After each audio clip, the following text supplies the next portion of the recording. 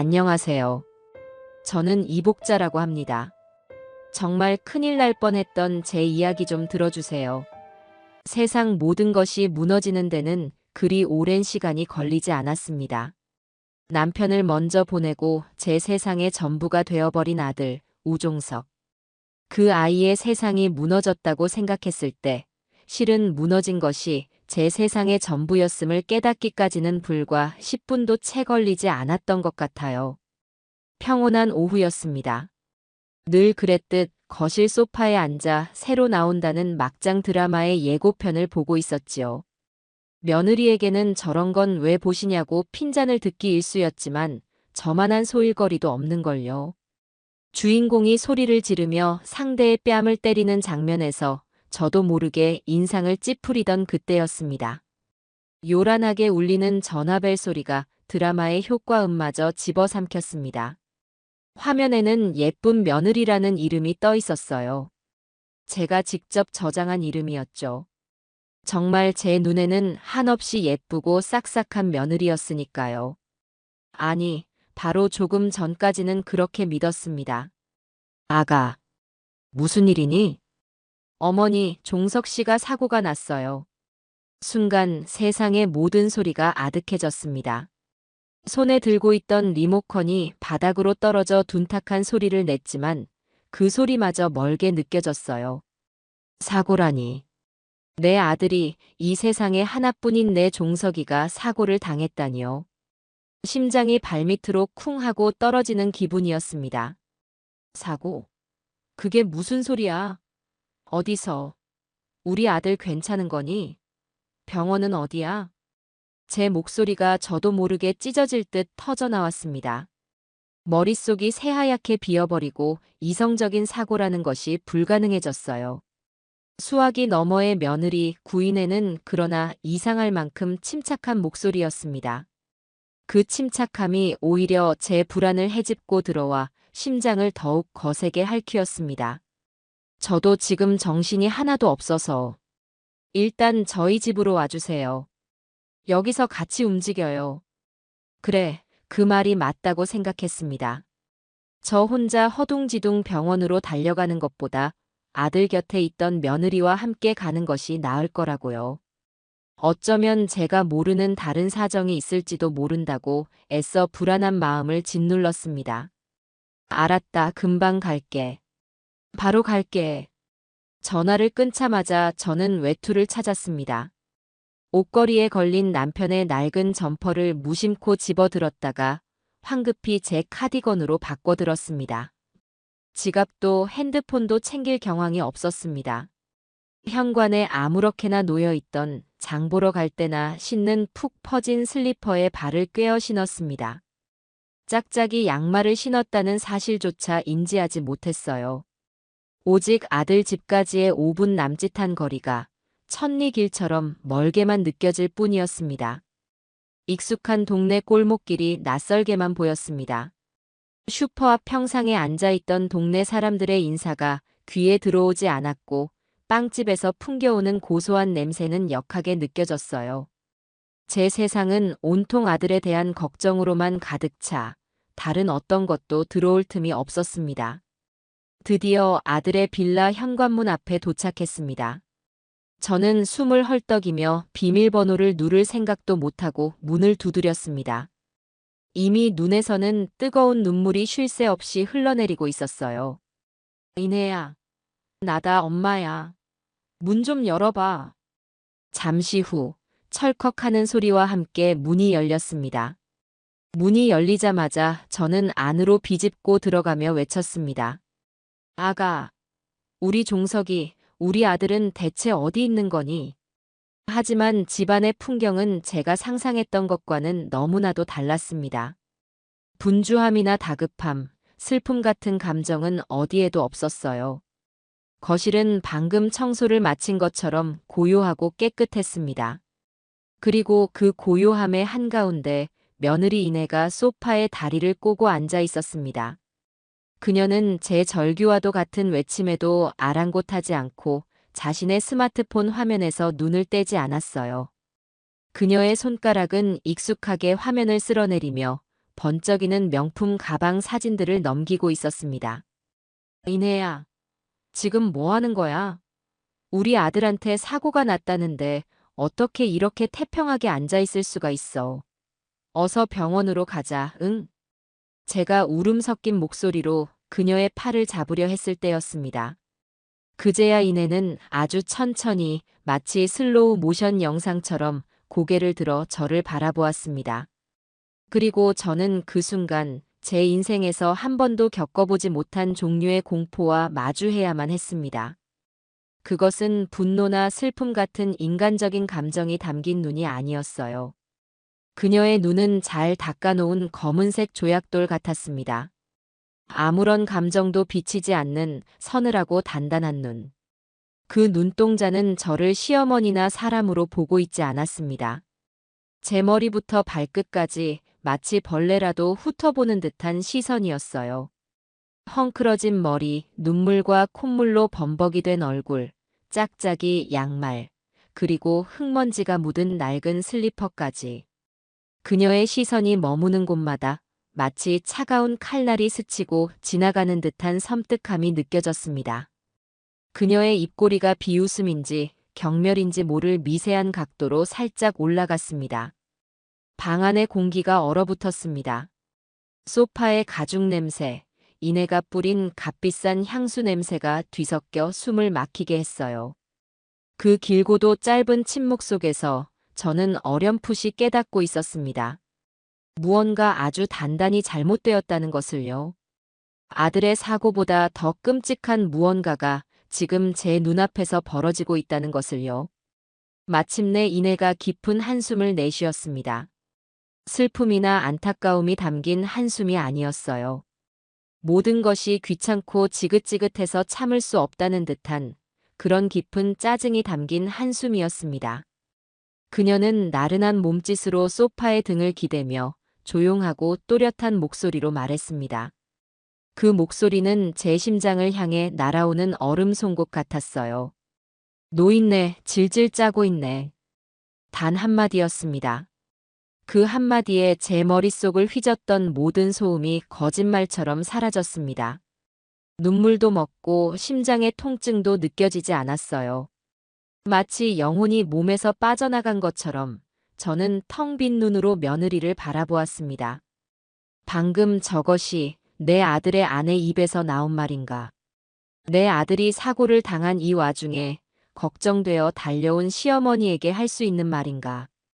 그녀는 말을 마친 뒤 다시 스마트폰으로 시선을 돌리는 대신 아주 천천히 소름 끼치도록 우아한 동작으로 자리에서 일어났습니다. 저는 그 자리에 못 박힌 듯 서 있었습니다. 그녀는 제게로 시선을 고정한 채 한 걸음, 한 걸음 다가왔습니다. 그 눈빛은 더 이상 단순한 경멸이나 무시가 아니었어요. 그것은 먹잇감을 앞에 둔 맹수의 눈빛, 감정이라는 것이 완전히 거세된 차갑고 텅 빈 포식자의 눈빛이었습니다. 그 눈은 너 같은 건 내가 여기서 무슨 짓을 저질러도 아무도 모른다고 속삭이는 듯 했습니다. 저는 깨달았습니다. 아, 나는 지금까지 완벽한 연극 무대 위에서 놀아나고 있었구나. 저 아이의 상냥함도 예쁜 미소도 살가운 애교도 모두 거짓이었구나. 저 아이는 그저 돈을 탐하는 악녀가 아니었습니다. 저것은 제 상식으로는 이해할 수 없는 완전히 다른 종류의 괴물이었습니다. 온몸에 털이 곤두서는 듯한 공포가 등골을 타고 기어올랐습니다. 머릿속에서 도망쳐라는 비명이 울렸습니다. 몸이 먼저 반응했습니다. 제 의지와는 상관없이 다리가 뒤로 한 걸음 물러서며 비틀거렸습니다. 어머니, 어디 가세요? 그녀가 미소 지으며 물었지만 그 눈은 전혀 웃고 있지 않았습니다. 그 부조화가 공포를 극대화했습니다. 저는 대답할 수 없었습니다. 목구멍에서 흡하는 소리와 함께 숨이 막혔어요. 몸이 저절로 돌아섰습니다.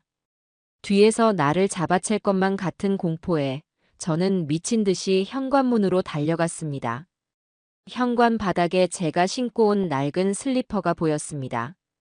하지만 그것을 신기 위해 허리를 굽힐 단 1초의 시간조차 제게는 허락되지 않았습니다. 그 짧은 순간에 저 여자가 내 머리채를 잡아챌 것만 같았어요. 저 괴물이 숨 쉬는 공간을 벗어나야 한다는 본능만이 저를 지배했습니다. 덜덜 떨리는 손으로 문고리를 잡고 비틀어 열었습니다. 문이 열리자마자 저는 밖으로 몸을 날렸습니다. 복도를 지나 계단을 구르듯 내려와 거친 아스팔트 바닥에 첫 발을 내디뎠습니다. 발바닥 전체로 전해져 오는 날카롭고 차가운 감촉. 그제야 저는 제가 맨발이라는 것을 깨달았습니다. 저는 뒤도 돌아보지 않고 걷기 시작했습니다. 아니, 뛰기 시작했습니다. 누가 쫓아오는 것도 아닌데 이내에 그 텅 빈 눈동자가 제 등 뒤에 달라붙어 있는 것만 같아 견딜 수가 없었습니다. 맨발의 발바닥에서는 이내 피가 배어 나오는 것 같았지만 이상하게도 아프지 않았습니다. 그보다 더한 공포가 이미 제 심장을 얼어붙게 만들었으니까요.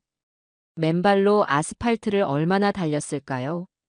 어느새 뛰는 것을 멈추고 하염없이 걷고 있었습니다. 발바닥에서는 이미 감각이라는 것이 사라진 지 오래였습니다. 처음에는 자갈을 밟을 때마다 온몸을 찌르는 듯한 날카로운 고통이 있었지만 그 고통마저 무뎌질 만큼 시간이 흘렀나 봅니다.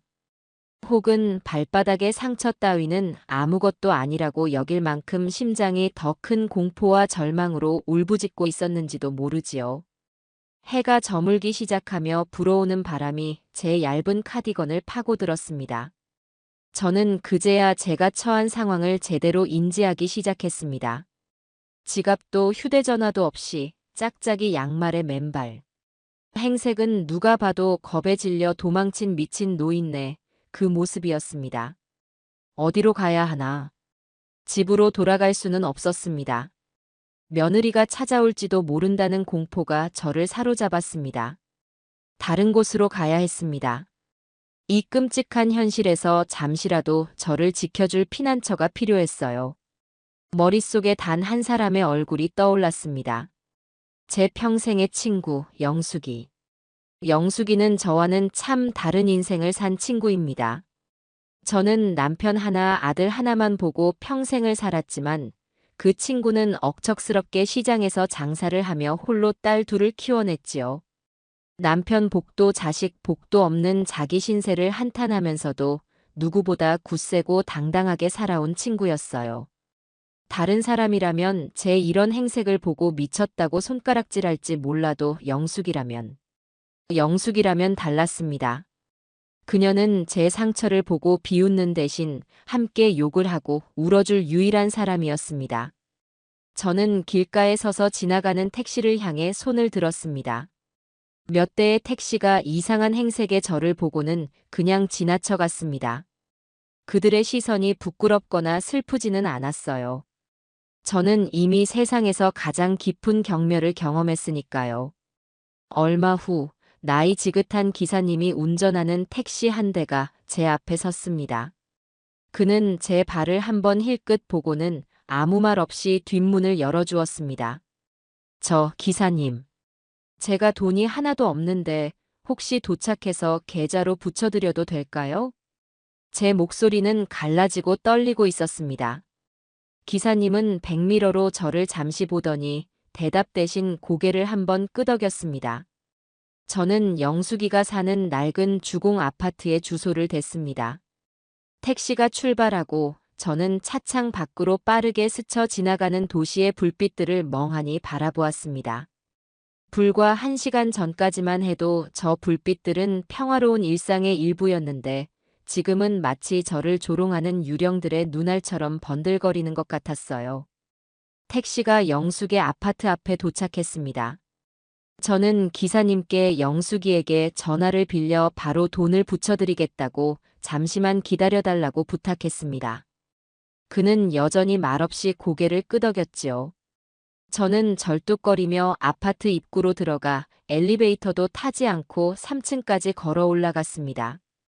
계단을 오를 때마다 욱신거리는 발바닥의 통증이 오히려 저를 현실에 붙잡아 매주는 밧줄 같았습니다. 302호. 낡은 철문 앞에 서서 초인종을 눌렀습니다. 안에서 누구세요? 하는 영숙이의 목소리가 들려왔습니다. 저는 차마 대답할 수가 없었어요. 무슨 말을 해야 할지 몰랐습니다. 제가 다시 초인종을 누르자 문이 벌컥 열렸습니다. 아니 누구길래 대답도 없어. 복자야. 영숙이는 저를 보자마자 소스라치게 놀랐습니다. 그녀의 시선은 제 얼굴에 잠시 머물렀다가 이내 제 발로 향했습니다. 피와 흙먼지로 엉망이 된 제 맨발을 본 영숙이의 얼굴이 하얗게 질렸어요. 세상에, 이게 무슨 일이야? 너 왜 이래? 발은 또 왜 이 모양이야? 영숙이는 저를 부축해 집 안으로 이끌었습니다. 그녀는 저를 식탁 의자에 앉히고는 묻지도 따지지도 않고 대야에 따뜻한 물을 받아왔습니다. 그리고는 제 앞에 쪼그려 앉아 제 더러워진 발을 물속에 담갔습니다. 따뜻한 물이 상처에 닿자 그제야 발바닥에서부터 불이 나는 듯한 통증이 온몸으로 퍼져나갔습니다. 가만히 있어봐. 소독부터 해야겠다. 영숙이는 구급상자를 가져와 제 발의 상처를 소독하고 약을 발랐습니다. 그녀의 손길은 투박했지만 조심스러웠어요. 저는 아무 말 없이 그녀가 해주는 대로 몸을 맡겼습니다. 발에 붕대가 감기고 나서야 영숙이는 제 맞은편에 앉아 굳은 얼굴로 물었습니다. 이제 말해봐. 무슨 일이야? 종석이한테 무슨 일 생겼니? 아니면 그 되바라진 며느리가 또 속 썩였어? 저는 입을 열려고 했지만 목이 맨 것처럼 아무 소리도 나오지 않았습니다. 그저 눈물만 다시 뺨을 타고 흘러내렸어요. 제가 겪은 일을 어떻게 설명해야 할까요? 노인네, 질질 짜고 있네. 그 한마디가 제 모든 것을 무너뜨렸다는 사실을 과연 누가 이해할 수 있을까요? 저는 흐느끼며 한 단어 한 단어 힘겹게 입을 뗐습니다. 종석의 사고 전화부터 아들의 집으로 달려간 일, 그리고 거울 앞에서 립스틱을 바르던 이내의 모습, 저를 훑어보던 차가운 눈빛, 그리고 마지막 그 한마디까지. 제 이야기가 끝났을 때 영숙이는 아무 말이 없었습니다. 그녀는 주먹을 쥔 채 부들부들 떨고 있었어요. 그녀의 얼굴은 분노로 시뻘겋게 달아올라 있었습니다. 이런 싸가지 없는. 영숙이가 결국 참지 못하고 소리쳤습니다. 그녀는 자리에서 벌떡 일어나 방 안을 서성거리며 온갖 험한 욕을 쏟아냈습니다. 자식만큼은 아니겠지만 어릴 때부터 종석이를 봐왔던 영숙이에게도 제 이야기는 큰 충격이었던 모양입니다. 아들이 다쳤다는데 화장 고치고 앉았어. 시어미가 걱정돼서 달려왔는데 그따위 소리를 짓거려. 야, 복자야. 이건 그냥 넘어가면 안 돼. 이건 인간도 아니야. 영숙이의 분노를 보니 오히려 제 마음은 차분해졌습니다. 저 대신 화를 내주는 사람이 있다는 사실이 큰 위안이 되었어요. 영숙이는 제게 자신의 잠옷을 내어주고 억지로 저녁밥을 차려주었습니다. 저는 밥을 넘길 수가 없었어요. 모래를 씹는 것처럼 아무 맛도 느껴지지 않았습니다. 우선 택시비부터 보내드려야지. 영숙이는 자신의 휴대전화를 제게 건네주었습니다. 저는 기사님의 계좌번호를 받아 택시비를 붙였습니다. 그리고 잠시 망설이다가 제 통장 잔고를 확인했습니다. 남편이 남긴 유산과 제가 평생 아끼고 모은 돈이 고스란히 들어있었습니다. 이내는 종종 이 돈을 탐내는 눈치였지요. 사업 자금을 보태달라, 더 넓은 집으로 이사가게 도와달라, 은근히 압박을 넣어왔습니다. 저는 그 돈을 보며 결심을 굳혔습니다. 이 돈은 내 아들의 미래를 위해 쓰려던 돈이었습니다. 하지만 이제 내 아들이라고 믿었던 것을 바로잡고 내 인생을 되찾는 데 써야 했습니다. 그때였습니다. 영숙이의 휴대전화가 미친 듯이 울리기 시작했습니다. 화면에는 우종석이라는 이름이 떠 있었어요. 제 아들이었습니다. 저는 순간 온몸이 굳었습니다. 영숙이가 제 눈치를 살피며 물었습니다. 어떡할래? 받을래? 저는 말없이 고개를 끄덕였습니다. 무슨 말을 할지 들어야 했습니다. 그 아이가 제 아들인지 아니면 구인회의 남편일 뿐인지 제 귀로 직접 확인해야만 했습니다. 스피커폰 버튼을 누르고 저는 숨을 죽였습니다. 여보세요? 이모. 종석이의 목소리였습니다. 나다. 제 목소리는 제가 듣기에도 낯설 만큼 차갑고 낮게 깔려 있었습니다. 종석이는 잠시 당황한 듯 침묵하더니 이내 짜증이 가득 섞인 목소리로 말했습니다. 엄마, 지금 어디야? 왜 전화를 꺼놓고 있어? 사람 걱정되게. 걱정. 그 단어가 제 귀에 비수처럼 박혔습니다. 정말로 저를 걱정했다면 그 아이는 병원에서 저를 보자마자 달려와 괜찮으시냐고 물었어야 합니다. 이내가 그런 막말을 했을 때 제 앞을 막아서고 자기 아내에게 호통을 쳤어야 합니다. 내가 걱정돼? 내가 왜 걱정되지? 엄마 때문에 이내가 얼마나 화났는지 알아? 가뜩이나 나 때문에 놀라서 정신도 없는데 엄마가 그렇게 유난스럽게 구니까 애가 더 힘들어하잖아. 그리고 말도 없이 그렇게 뛰쳐나가면 어떡해. 이내가 엄마 찾아다니느라 얼마나 고생했는지 알아? 아, 저는 눈을 감았습니다. 역시나. 제 아들 우종석은 이미 죽고 없었습니다. 지금 제게 말하고 있는 것은 구인회의 입이 시키는 대로 지저대는 그녀의 충실한 게 한마디일 뿐이었어요.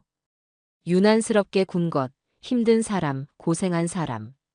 그 모든 문장의 주어는 구인회였습니다. 제 상처와 제 슬픔은 어디에도 없었습니다. 저는 더 이상 들을 필요가 없었습니다. 옆에서 듣고 있던 영숙이의 얼굴은 이미 흑빛이 되어 있었습니다.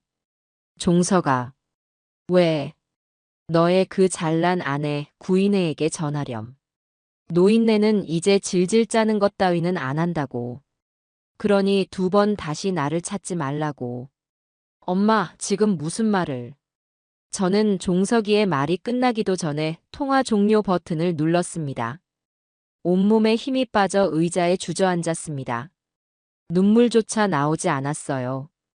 모든 것이 끝났습니다. 제가 평생을 바쳐 키운 아들은 이제 완전히 내 인생에서 지워야 할 존재가 되었습니다. 복자야 괜찮아? 영숙이가 제 어깨를 감싸 안았습니다. 저는 영숙이의 품에 기댄 채 한참을 허공만 바라보았습니다. 이제 뭘 어떻게 해야 할까? 저 악랄한 것들을 이대로 두고 볼 수만은 없었습니다. 이대로라면 저것들은 제 아들의 남은 인생은 물론이고 제 재산까지 모두 거덜내고 말 것이 분명했어요. 제 억울함과 분노를 풀어야 했습니다. 그리고 제 것을 지켜야만 했어요. 영수가, 나 좀 도와줘. 무슨 소리야? 당연히 도와야지. 뭐든 말만 해. 너 조카 중에 흥신소인가 뭔가 하는 애 있다고 하지 않았어? 제 말에 영숙이의 눈이 동그래졌습니다. 흥신소는 왜? 너 설마. 응. 그럴 생각이야. 구인해. 그 애가 어떤 애인지, 과거에 뭘 하고 다녔는지, 지금 무슨 꿍꿍이를 꾸미고 있는지 전부 다 알아내야겠어. 내 통장에 있는 돈 다 쏟아부어서라도 그 애의 바닥까지 전부 다 파헤칠 거야. 제 눈빛이 무서웠던 걸까요? 영숙이는 잠시 저를 바라보더니 이내 결심한 듯 고개를 끄덕였습니다. 알았어. 내가 당장 연락해 볼게. 그놈, 일 하나는 기가 막히게 잘하는 놈이니까. 내 속이 다 시원해지도록 만들어줄 거야. 영숙이는 망설임 없이 어딘가로 전화를 걸기 시작했습니다. 저는 창밖을 바라보았습니다. 어둠이 완전히 내려앉은 도시의 밤. 하지만 제 마음은 오히려 그 어둠 속에서 더욱 또렷해지고 있었습니다. 슬픔과 절망의 시간은 끝났습니다. 이제는 분노하고 반격할 시간이었습니다. 맨발로 뛰쳐나왔지만 다시 일어설 때는 누구도 감히 넘볼 수 없는 단단한 갑옷을 입고 서리라. 저는 그렇게 제 인생을 건 싸움을 시작하기로 마음먹었습니다. 다음 날 저는 영숙이와 함께 약속 장소로 향했습니다. 영숙이의 조카가 운영한다는 흥신소는 종로의 낡은 상가 건물 구석에 있었습니다. 특급 기획이라는 간판은 페인트가 벗겨져 흉한 속살을 드러내고 있었어요. 사무실 안은 더 가관이었습니다. 언제 치웠는지 모를 서류 더미와 담배 연기가 자욱했고 소파는 군데군데 찢어져 있었습니다.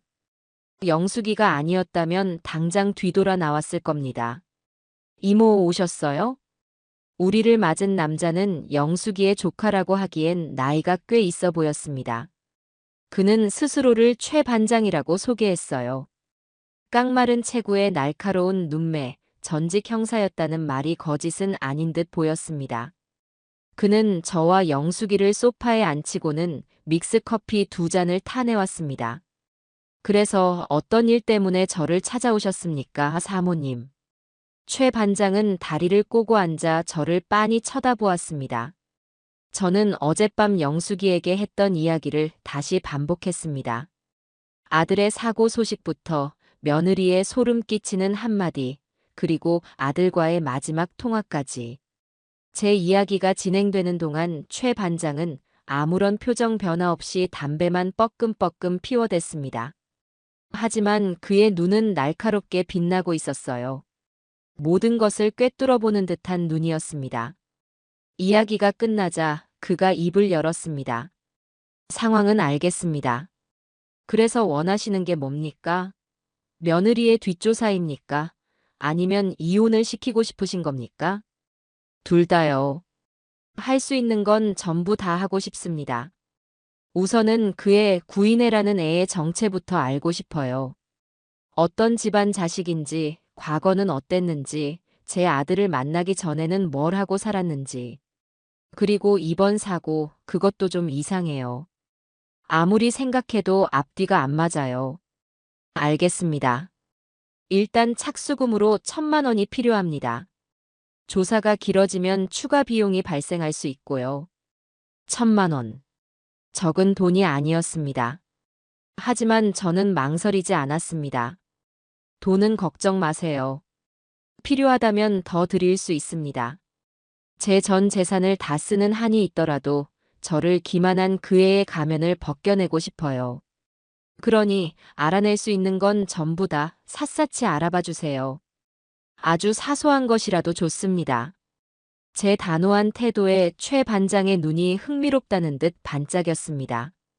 그는 담배를 비벼 끄고는 자리에서 일어나 제게 손을 내밀었습니다. 좋습니다. 계약은 성립된 것 같군요. 사모님, 제가 한 말씀 드리죠. 세상에는 별의별 인간들이 다 있습니다.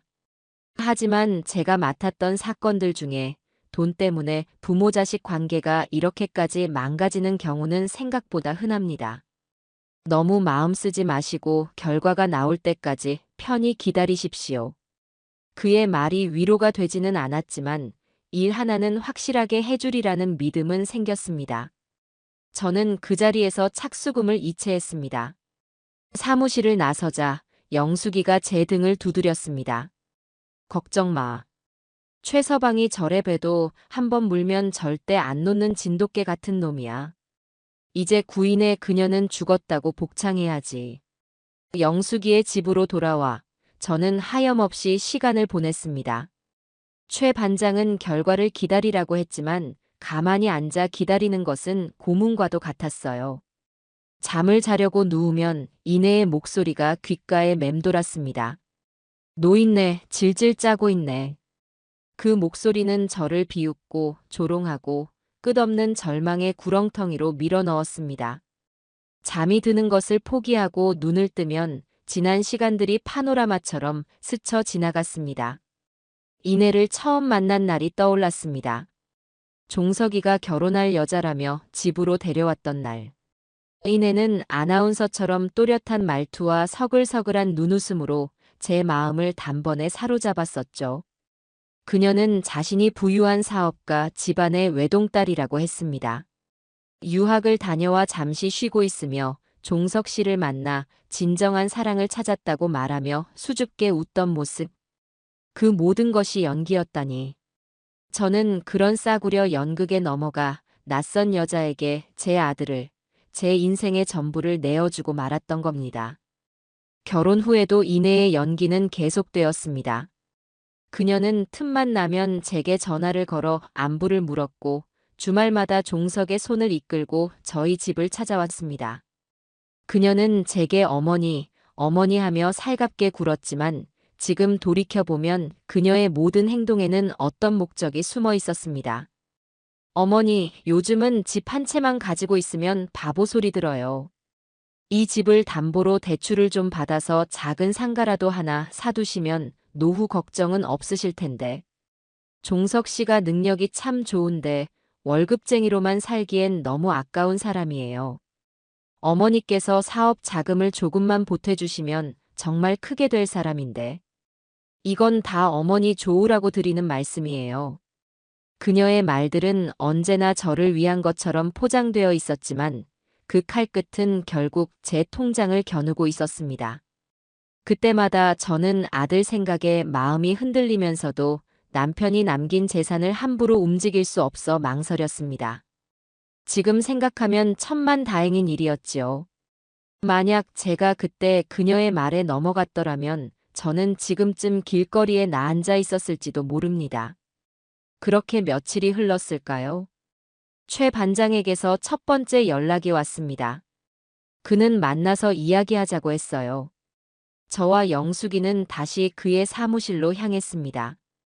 최 반장은 우리 앞에 서류 몇 장을 내려놓았습니다. 결론부터 말씀드리겠습니다, 어머님. 이 사고 아주 질이 나쁜 사기극입니다. 사고 당시 운전대를 잡았던 건 아드님이 아니라 며느리, 구인애였습니다. 그의 말에 저와 영숙이는 동시에 숨을 헙 하고 들이마셨습니다. 사고가 나자 그들은 현장에서 운전자를 아드님으로 바꿔치기 했습니다. 보험 기록을 아드님 앞으로 남기고 더 큰 보상을 타내기 위한 수작이었겠지요. 그리고 둘은 함께 병원 응급실로 향했습니다. 잠깐만요. 함께 병원에 갔다고요? 하지만 이내는 분명 집에 있었는데요. 집에서 제게 전화를 했고요. 제 질문에 최 반장은 고개를 끄덕이며 다음 사진을 내밀었습니다. 그 사진은 병원 주차장 CCTV 화면을 캡처한 것이었습니다. 사진 속에는 종석이와 이내가 차에서 내리며 묘한 미소를 띤 채 서로를 마주보고 있었습니다. 네, 맞습니다. 그런데 여기서부터가 더 기가 막힙니다. 두 사람은 병원에서 아드님이 입원 수속을 밟고 목에 깁스를 하는 등 보험 사기를 위한 모든 밑그림을 그려놓았습니다. 이 사진을 보시지요. 그가 내민 다음 사진 속에서 종석과 이내는 병실 복도를 걸으며 웃고 있었습니다. 종석의 목에는 제가 나중에 보게 될 그 깁스가 둘러져 있었지만 그의 표정 어디에서도 고통은 찾아볼 수 없었어요. 이 모든 사기극의 판을 짜놓은 뒤 구인애는 아드님을 병실에 전시해 놓은 채 혼자 유유히 병원을 빠져나왔습니다. 저희가 파악한 동선에 따르면 그녀는 병원에서 택시를 타고 집으로 갔습니다. 그리고 집에 도착해서는 아무 일도 없었다는 듯 어머님께 전화를 걸어 아들이 사고 나서 입원했다는 두 번째 연극을 시작한 겁니다. 즉, 어머님을 집으로 불러내어 그런 모욕을 준 것은 사고 직후의 충격과 슬픔을 이용해 어머님의 이성을 마비시키고 죄책감을 자극해서 돈을 뜯어내기 위한 훨씬 더 치밀하게 계획된 2차 작전이었던 셈입니다. 이 CCTV 사진이 찍힌 시간은 어머님께서 며느리의 전화를 받으시기 약 1시간 전입니다. 그들은 완벽한 나이롱 환자이자 어머님을 기만한 완벽한 사기꾼들이었습니다. 이것들이 정말... 옆에 있던 영숙이가 분노를 터뜨렸습니다. 저는 말없이 다음 서류를 바라보았습니다. 그리고 구인애에 대해 알아낸 것들입니다. 일단 이름부터 가짜였습니다. 그녀의 본명은 구인애가 아니라 구미자더군요. 나이도 2살이나 속였습니다. 그녀가 말했던 부유한 사업가 아버지는 존재하지 않았습니다. 아버지는 오래전에 돌아가셨고 어머니는 시장에서 작은 식당을 하고 계시더군요. 물론 유학 경력도 전부 거짓말이었습니다. 최 반장은 구인혜, 아니 구미자의 등본과 졸업증명서를 차례로 보여주었습니다. 모든 것이 거짓이었습니다. 그녀의 인생은 거짓으로 쌓아올린 모래성이었어요. 저는 허탈한 웃음이 나왔습니다. 이런 명백한 거짓말에 제가 그리고 제 아들이 완벽하게 속아 넘어갔다니요. 가장 중요한 부분입니다. 최 반장은 마지막 서류를 제 앞으로 밀었습니다. 그것은 한 남자의 사진과 신상 정보였습니다. 구인혜, 아니 구미자는 아드님을 만나기 전에 다른 남자와 사실혼 관계에 있었습니다. 이 남자 박정훈이라는 사람입니다. 작은 인쇄소를 운영하던 사람이었는데 구미자를 만난 지 1년 만에 인쇄소 문을 닫고 빚더미에 올라앉았습니다. 구미자가 이 남자의 명의로 온갖 대출을 끌어다 쓰고는 남자가 망하기 직전에 잠적해버렸더군요. 패턴이 지금과 아주 비슷합니다. 저는 박정훈이라는 남자의 사진을 보았습니다. 그는 저보다도 젊은 나이였지만 사진 속 얼굴에는 깊은 절망과 피로가 새겨져 있었습니다. 마치 모든 것을 잃어버린 사람의 얼굴. 어쩌면 저 남자의 얼굴이 제 미래가 될 수도 있었던 겁니다. 이 남자 만날 수 있을까요? 물론입니다. 저희가 이미 어디서 뭘 하고 있는지도 다 파악해 놨습니다. 원하신다면 언제든지 자리를 마련해 드리죠. 사무실을 나오자 다리에 힘이 풀려 주저앉을 뻔했습니다. 영숙이가 저를 부축해 주지 않았다면 그대로 길바닥에 쓰러졌을지도 몰라요. 진실은 제가 상상했던 것보다 훨씬 더 추악하고 잔인했습니다. 구인애는 그냥 철없는 악녀가 아니었어요. 그녀는 사람의 인생을 파멸시키는 것을 아무렇지 않게 생각하는, 돈을 위해서라면 영혼까지 팔아넘길 수 있는 전문 사기꾼 약탈자였습니다. 복자야, 정신 차려. 이럴 때일수록 더 정신 바짝 차려야 해. 영숙이의 외침에 저는 겨우 마음을 다잡았습니다. 그래요, 이제 모든 것을 알았습니다. 상대가 누구인지, 그 패가 무엇인지 알았으니 이제는 제가 반격할 차례였습니다. 저는 더 이상 슬퍼하거나 절망하지 않기로 했습니다. 대신 그 모든 감정을 차가운 분노로 바꿀 것이었습니다. 그리고 그 분노를 연료 삼아 구인애라는 악마가 쌓아 올린 거짓의 성을 맨손으로 부수어 버릴 작정이었습니다. 제 인생을 통째로 집어삼키려 했던 그 대가를 반드시 몇 배로 돌려주고야 말겠다고. 저는 다시 한번 굳게, 아주 굳게 다짐했습니다. 다음 행동을 결정하기 전에 저는 가장 먼저 제 자신을 보호해야 했습니다. 구인애라는 여자는 평범한 상식으로는 상대할 수 있는 인물이 아니었어요. 감정적으로 맞서 싸우기 전에 법이라는 가장 단단한 방패와 창을 먼저 손에 넣어야 했습니다. 영숙이의 도움으로 저는 서초동에 있는 법무법인을 찾아갔습니다. 영숙이의 딸이 예전에 이혼 소송을 할 때 큰 도움을 받았던 곳이라고 했어요. 변호사는 오랫동안 기업 간의 분쟁을 다뤄왔다는 50대의 노련한 남자였습니다. 그는 제 이야기를 듣는 내내 별다른 말을 하지 않았습니다. 대신 최 반장이 정리해준 자료들, 구인애의 거짓 신상과 과거 행적, 그리고 보험 사기 정황이 담긴 서류들을 꼼꼼하게 검토했습니다. 모든 검토가 끝난 후 그가 입을 열었습니다. 상황이 아주 안 좋군요, 어머님. 하지만 동시에 아주 명확하기도 합니다. 상대방의 유책 사유가 차고 넘치니까요. 제가 뭘 어떻게 하면 될까요, 변호사님? 저는 제 아들과 저 여자를 이혼시키고 싶습니다. 그리고 제 재산도 안전하게 지키고 싶고요. 물론입니다. 몇 가지 조치를 동시에 진행해야 합니다. 첫째, 어머님 명의의 모든 부동산과 예금에 대해 처분금지 가처분 신청을 해야 합니다. 며느리가 어머님 모르게 재산을 빼돌리거나 아드님을 꼬드겨 명의를 이전하는 것을 막기 위한 가장 기본적인 조치입니다. 둘째, 아드님 명의로 되어 있는 재산이 있다면 증여 무효 소송 혹은 부당이득 반환 청구 소송을 준비해야 합니다. 며느리의 기망행위, 즉 사기에 의해 증여가 이루어졌다는 점을 입증해야지요. 변호사의 말은 어려웠지만 무슨 뜻인지는 알 수 있었습니다. 이내가 더 이상 제 재산에 손을 댈 수 없도록 법적인 울타리를 치는 것이었어요. 그리고 이혼 소송. 이건 아드님의 의지가 가장 중요합니다.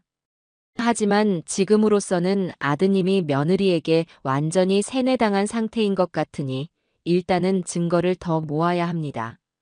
제가 변호사로서 드릴 수 있는 가장 현실적인 조언은 며느리와 아드님의 대화를 녹음하시라는 겁니다.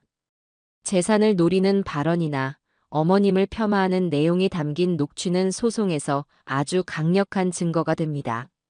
저는 변호사의 조언을 하나도 놓치지 않고 머릿속에 새겼습니다. 법무법인을 나오는 제 발걸음은 이전보다 훨씬 가볍고 단단해져 있었습니다. 뭘 해야 할지 알게 되니 막연했던 두려움이 사라지고 구체적인 계획이 서기 시작했어요. 다음 목표는 명확했습니다. 구인회의 과거 남자 박정훈 씨를 만나는 것이었습니다. 최 반장은 그가 서울 변두리의 작은 상가에서 인쇄 관련 일을 하고 있다고 알려주었습니다. 저와 영숙이는 그를 만나기 위해 그곳으로 향했습니다. 그가 일하는 곳은 인쇄라는 간판보다는 복사, 코팅이라는 시트지가 더 크게 붙어 있는 아주 작은 가게였습니다. 가게 안은 잉크 냄새와 낡은 종이 냄새로 가득했고 거대한 복사기 한 대가 공간의 대부분을 차지하고 있었어요. 박정훈 씨는 낡은 작업복을 입은 채 쉴 새 없이 복사기를 돌리고 있었습니다. 최 반장에게서 받은 사진 속 얼굴보다 훨씬 더 수척하고 지쳐 보였습니다. 박정훈 씨 되시죠? 제가 말을 걸자 그는 경계심 가득한 눈으로 우리를 쳐다보았습니다. 누구신데? 저는 구미자, 아니 구인혜라는 여자의 시어머니 되는 사람입니다. 구인혜라는 이름이 나오자 그의 얼굴이 순식간에 잿빛으로 변했습니다. 그는 떨리는 손으로 복사기 전원을 끄더니 우리를 가게 구석의 작은 테이블로 이끌었습니다. 그 여자가 또 무슨 짓을 했습니까? 그의 목소리는 체념과 두려움으로 가득 차 있었습니다. 저는 제가 겪었던 일을 차분히 설명했습니다. 제 이야기를 듣는 내내 그는 고개를 숙인 채 아무 말도 하지 않았습니다. 그의 어깨가 미세하게 떨리고 있었어요. 저와 똑같군요. 한참 만에 그가 입을 열었습니다. 저도 처음에는 그녀가 세상에서 가장 착하고 순수한 여자인 줄 알았습니다. 저를 진심으로 사랑해준다고 믿었지요. 그녀는 제게 사업을 키워야 한다고 했습니다. 더 좋은 기계를 들이고 직원을 뽑아야 한다고요. 저는 그녀의 말을 믿고 제 인쇄소를 담보로 대출을 받고 지인들에게 돈을 빌렸습니다. 그 모든 돈의 관리는 그녀가 맡아서 했지요.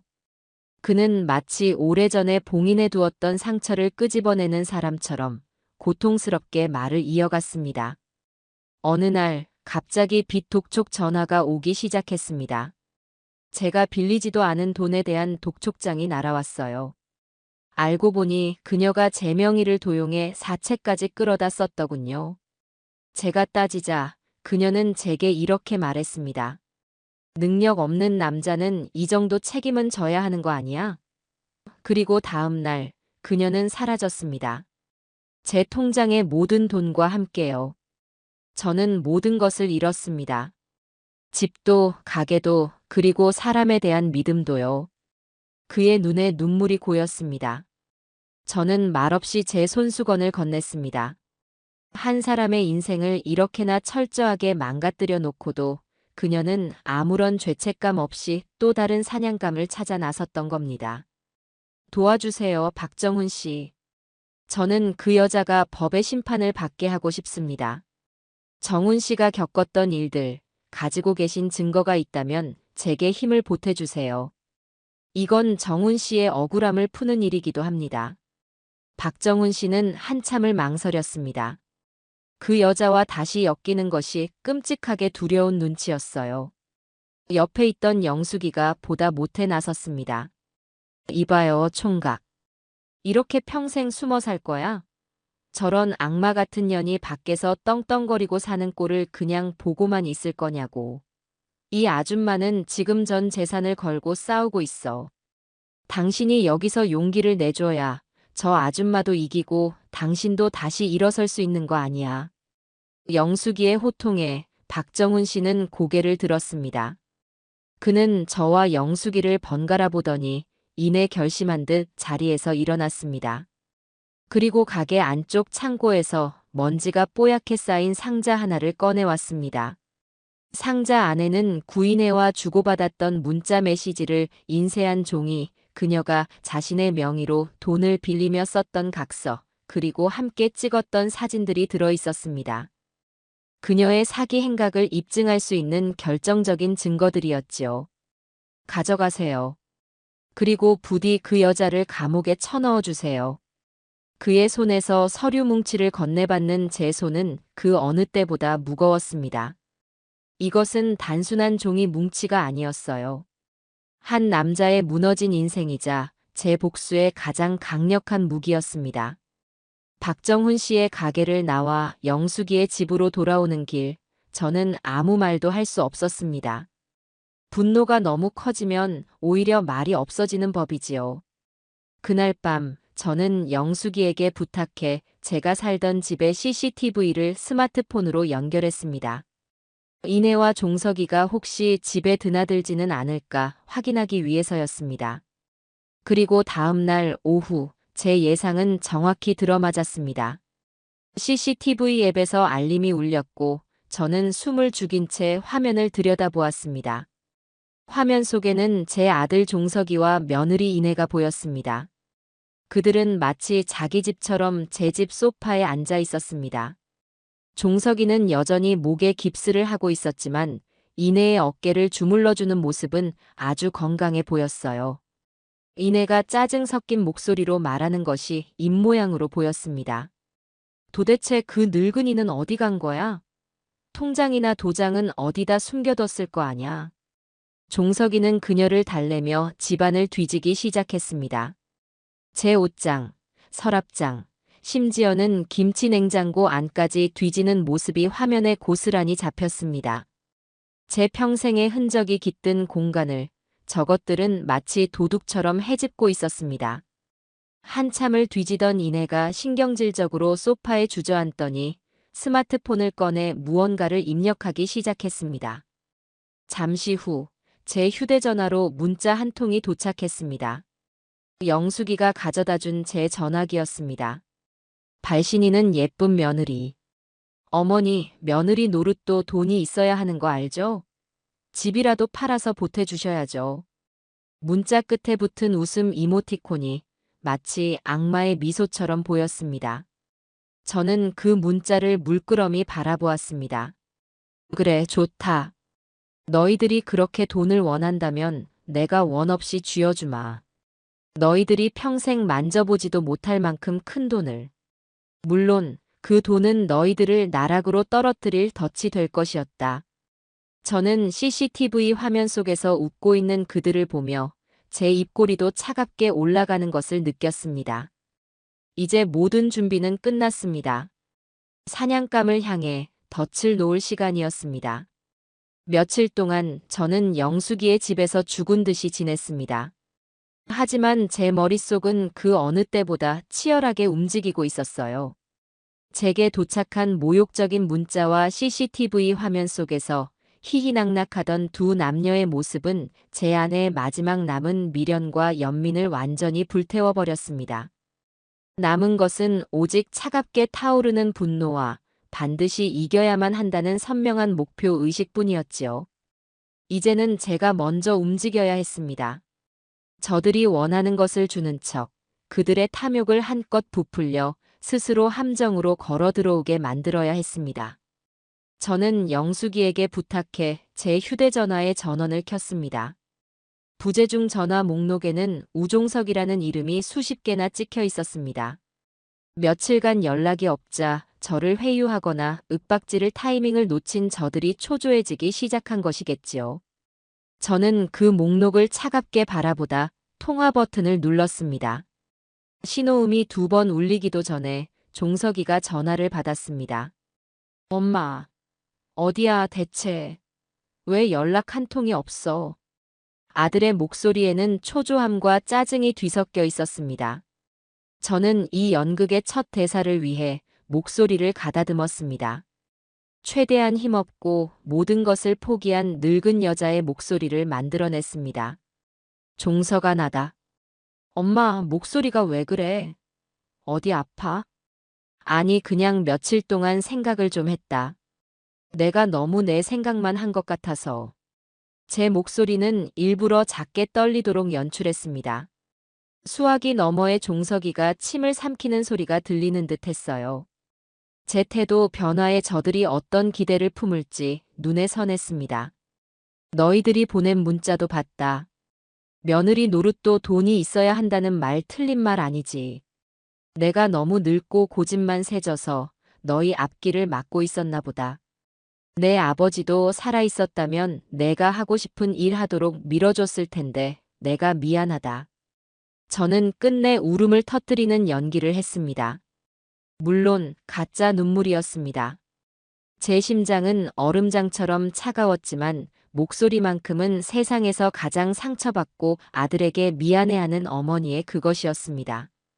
제 연기는 제대로 먹혀들고 있었습니다. 아니야, 엄마. 뭐가 미안해. 우리도 너무 심했어. 이내도 엄마 걱정 많이 하고 있어. 거짓말. 그 말이 제 귀에는 우리가 원하는 대로 되고 있어라고 들렸습니다. 됐다. 내가 이제 와서 뭘 더 바라겠니? 내가 내 하나뿐인 아들인데. 내가 잘 되는 게 내가 잘 되는 거지. 내가 하려던 사업. 그거 엄마가 도와주마. 내 전 재산을 다 내어줘서라도 우리 아들 기 한번 펴고 살게 해줘야지. 수화기 너머에서 짧은 침묵이 흘렀습니다. 종석이가 옆에 있는 이내에게 제 말을 전하고 있는 것이 분명했어요. 곧이어 종석이의 목소리가 아까보다 한 톤 높아져서 돌아왔습니다. 정말이야, 엄마. 정말 우리 사업 도와줄 거야? 그럼. 엄마가 거짓말하는 거 봤니? 대신 조건이 있다. 무슨 조건? 종석이의 목소리에 다시 경계심이 어렸습니다. 큰돈이 오가는 일이니만큼 모든 건 투명하게 해야지. 내가 아는 변호사 사무실에 가서 정식으로 투자 계약서를 쓰고 돈을 주겠다. 그래야 나중에 헛소리가 안 나오지. 너희도 그게 깔끔하고 좋지 않겠니? 저는 일부러 내가 아는 변호사라고 말했습니다. 저들이 제 사람이라고 믿고 경계심을 품게 하기보다는 공적인 절차를 밟는 것처럼 보여야 했으니까요. 아니나 다를까 종석이는 잠시 머뭇거리더니 이내 좋다고 대답했습니다. 알았어, 엄마. 그게 좋겠네. 그럼 언제 어디서 만나면 돼? 날짜는 내가 다시 알려주마. 그 전에 너가 해야 할 일이 있다. 저는 덫에 마지막 미끼를 던졌습니다. 내가 시골에 작은 땅을 하나 가지고 있는 거 알지? 네 아버지랑 나중에 집 짓고 살려고 사둔 거. 그거랑 이 집이랑 전부 네 앞으로 미리 명의를 이전해 주려고 해. 그러려면 서류가 몇 가지 필요한데 내 방 서랍에 그대로 있거든. 너가 와서 좀 가져다 주면 좋겠다. 내가 지금 몸이 안 좋아서 움직이기가 힘들어. 제 재산을 모두 넘겨주겠다는 말에 종석이는 완전히 이성을 잃은 듯 했습니다. 그는 흥분한 목소리로 몇 번이고 고맙다고 말하며 당장이라도 달려오겠다고 했습니다. 저는 영숙이의 집 주소를 알려주고 전화를 끊었습니다. 전화를 끊자마자 옆에서 숨죽이고 듣고 있던 영숙이가 저를 껴안았습니다. 복자야, 너 정말 대단하다. 어떻게 그렇게 연기를 잘해? 나까지 속아 넘어갈 뻔했네. 연기가 아니야, 영숙아. 이건 전쟁이야. 전쟁에서 이기려면 무슨 짓이든 해야지. 저는 영숙이와 함께 종석이를 맞을 준비를 했습니다. 최 반장에게 연락해 세상에서 가장 작고 성능 좋은 녹음기를 구해달라고 부탁했습니다. 최 반장은 다음 날 아침 손톱만 한 크기의 녹음기를 가져왔습니다. 사용법은 아주 간단했어요. 버튼 하나만 누르면 주변의 모든 소리가 선명하게 녹음되었습니다. 저는 종석이에게 줄 물건들을 챙겼습니다. 낡은 앨범 몇 권과 남편의 유품인 낡은 만년필, 그리고 제가 쓰던 낡은 손거울. 그 물건들을 작은 상자에 담고 앨범 표지 안쪽에 녹음기를 교묘하게 숨겼습니다. 약속한 시간에 종석이가 영숙이의 집으로 찾아왔습니다. 며칠 만에 본 아들의 얼굴은 반가움보다는 역겨움이 먼저 느껴졌습니다. 그는 제 걱정보다는 제게서 받을 재산에 대한 기대로 가득 차 보였습니다. 엄마, 몸은 좀 괜찮아? 이내가 죽이라도 끓여다 줄까? 됐다. 너희 엄마는 죽 안 좋아하잖니. 그보다 여기 서류들이다. 이거 가지고 가서 변호사한테 보여주고 필요한 거 더 챙겨서 날짜 잡자꾸나. 저는 아무렇지 않게 서류 봉투를 건넸습니다. 그리고 녹음기가 숨겨진 상자를 그의 손에 쥐어주었습니다. 이건 네 아버지 유품이랑 옛날 앨범이다. 이제 내 재산도 다 너 것이 될 테니 이런 것들도 너가 가지고 있는 게 맞겠지. 네 아버지도 하늘에서 보고 기뻐하실 게다. 종석이는 상자를 받아들고는 복잡한 표정을 지었습니다. 아주 잠시였지만 그의 눈에 죄책감 같은 것이 스쳐 지나가는 것을 저는 놓치지 않았습니다. 하지만 그 감정은 구인애에 대한 탐욕과 욕망 앞에서 이내 사라져버렸지요. 고마워, 엄마. 내가 정말 잘할게. 그래. 내 아내한테도 잘하고. 그의 마음고생이 심했을 테니 내가 잘 다독여줘라. 그리고 이 앨범, 너희 둘이 같이 보렴. 엄마 아빠 젊었을 때 사진 보면서 너희도 우리처럼 오래오래 행복하게 살라고 주는 거니까. 저는 일부러 둘이 같이 보라고 강조했습니다. 녹음기의 존재를 모르는 이내가 종석이 앞에서 자신의 속내를 마음껏 드러내게 하기 위한 장치였습니다. 종석이는 아무것도 모른 채 고개를 끄덕이고는 서류와 상자를 챙겨 자리에서 일어났습니다. 저는 문을 나서는 그의 등 뒤에 대고 마지막 말을 던졌습니다. 종석아, 엄마는 이제 너밖에 없다. 알지? 그 말이 훗날 그의 심장을 얼마나 아프게 찌르게 될지 그때의 종석이는 까맣게 모르고 있었습니다. 종석이가 돌아가고 저는 다시 기다림의 시간을 견뎌야 했습니다. 하루가 1년처럼 길게 느껴졌어요.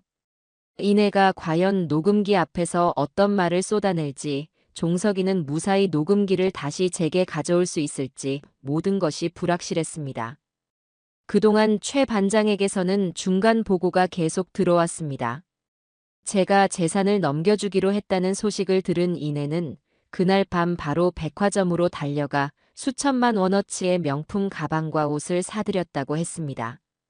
아직 받지도 않은 돈을 가지고 그녀는 이미 여왕이라도 된 것처럼 행동하고 있었어요. 그 보고를 들으며 저는 그녀의 어리석음에 실소를 금할 수 없었습니다. 탐욕의 눈이 먼 자는 제 발밑에 놓인 덫을 보지 못하는 법이니까요. 그리고 이틀 후 종석에게서 연락이 왔습니다. 엄마 집에 있는 다른 서류가 더 필요하다며 잠시 들르겠다는 것이었습니다. 이내의 감시를 피해 녹음기를 돌려주러 오겠다는 신호였지요. 저는 약속 장소를 제 원래 집으로 정했습니다. 그곳에서 모든 것을 시작했으니 그곳에서 중요한 증거를 넘겨받는 것이 맞다고 생각했어요. 약속한 시간에 저는 제 집 앞에서 종석이를 만났습니다. 그는 주변을 살피며 불안한 표정으로 제게 다가왔습니다. 그리고는 앨범이 담겨 있던 상자를 제게 건넸습니다. 엄마, 여기. 이내는 차에 있어. 그래, 수고했다. 저는 상자를 건네받고 아무 일도 없었다는 듯 그를 돌려보냈습니다. 그리고 집으로 돌아와 문을 잠그자마자 상자를 열고 앨범 표지에서 녹음기를 꺼냈습니다. 손이 미세하게 떨렸습니다. 이 작은 기계 안에 제 운명을 바꿀 목소리가 담겨 있었습니다. 저는 심호흡을 한번 하고 재생 버튼을 눌렀습니다. 녹음기의 재생 버튼을 누르자 지지직거리는 잡음과 함께 익숙한 목소리들이 흘러나왔습니다. 제 아들 종석과 며느리 구인혜의 목소리. 저는 영숙이와 함께 식탁에 마주 앉아 숨을 죽인 채 그들의 대화에 귀를 기울였습니다. 이게 다 뭐야? 웬 앨범? 이내의 목소리는 날카롭고 짜증이 가득했습니다. 어머니가 주셨어. 우리 보고 같이 보래. 치, 늙으면 주책 맞는다더니. 이런 고리짝 유물은 뭐하러 줘? 당신이나 많이 봐. 나는 당신 어머니 얼굴 보고 싶지 않으니까. 시작부터 심장이 차갑게 식었습니다. 하지만 이건 시작에 불과했어요. 앨범을 넘기는 소리가 들리고 종석이가 무언가 말을 하려는 듯 머뭇거리자 이내의 본색이 드러나기 시작했습니다. 그래서 돈은 언제 준대? 확실한 거지? 그 노인네 또 마음 바뀌는 거 아니야? 아니야. 이번엔 정말인 것 같아. 변호사 사무실에서 계약서 쓰고 주신다고 했어. 집이랑 땅도 다 내 앞으로 해준대. 종석이의 목소리에는 약간의 흥분이 묻어 있었습니다. 그 흥분에 기름을 붓듯 이내가 비웃으며 말했습니다. 그걸 이제야 주다니 웃기지도 않아. 진작 줬으면 우리가 이렇게 고생 안 했잖아. 당신은 당신 어머니한테 너무 약해. 그러니 평생 그 모양 그 꼴로 사는 거야. 이번에 돈 받으면 그 노인네한테는 매달 용돈이나 10만 원씩 붙여주고 연 끊어버려. 늙은이 하나 때문에 내 인생까지 구질구질해지는 건 딱 질색이니까. 용돈 10만 원. 연을 끊어버리라는 말. 옆에 앉은 영숙이가 입을 틀어막았습니다. 저는 아무 표정 없이 녹음기에만 집중했습니다. 그래도 우리 엄마인데. 엄마, 엄마, 그놈의 엄마 소리 좀 그만해. 당신 엄마는 나야? 아니잖아. 당신은 이제부터 나랑, 우리 아기랑 살 사람이야. 아, 맞다. 자기야. 나 임신 테스트기 해봤는데 2줄 나왔어. 뭐? 정말이야? 종석이의 목소리가 놀라움과 기쁨으로 떨렸습니다. 하지만 이어지는 이내의 말은 그 기쁨을 산산조각 내기에 충분했습니다. 그럼. 그러니까 돈이 더 필요해. 애 낳고 키우려면 돈이 얼마나 많이 드는데. 당신 어머니 돈, 그거 다 받아내야 돼. 한 푼도 남김없이. 알았어? 일단 돈 받으면 절반은 우리가 계획했던 사업 투자금으로 쓰고 나머지 절반은 내가 따로 관리할 거야. 당신 같은 남자한테 돈 맡겼다가는 다 날려먹기 십상이니까. 그리고 그 노인네 자꾸 우리 발목 잡으면 그냥 확 요양원에 처박아 버리자. 조용하고 공기 좋은 데로 보내드리면 오히려 고맙다고 할걸. 거기까지였습니다. 저는 더 이상 들을 수가 없어 정지 버튼을 눌렀습니다. 집안에는 무거운 침묵이 흘렀습니다. 임신. 그것마저 저와 아들을 협박하고 돈을 뜯어내기 위한 도구에 불과했습니다. 요양원. 제 마지막 종착지로 그곳을 정해놓고 있었던 겁니다. 저것들은 사람이 아니야. 악마야, 악마. 영숙이가 몸을 떨며 말했습니다. 저는 자리에서 일어났습니다. 이제 아들을 만날 시간이었습니다. 그 아이의 눈을 보고 귀에 대고 자신이 얼마나 끔찍한 괴물과 살고 있는지 깨닫게 해줘야 했습니다. 최 반장에게 연락해 아들의 동선을 파악해달라고 부탁했습니다. 그는 몇 시간 만에 답을 보내왔어요. 종석이는 스트레스를 받을 때마다 회사 근처의 한적한 공원 벤치에 가서 담배를 피운다고 했습니다. 저는 그곳으로 향했습니다. 공원에 도착했을 때 종석이는 정말로 벤치에 홀로 앉아 있었습니다. 목에는 여전히 깁스를 한 채 그는 깊은 한숨을 내쉬며 담배 연기를 내뿜고 있었어요. 그의 옆모습은 제가 알던 아들이 맞았지만 너무나도 낯설고 가여워 보였습니다. 저는 그의 옆으로 다가가 조용히 앉았습니다. 종석아.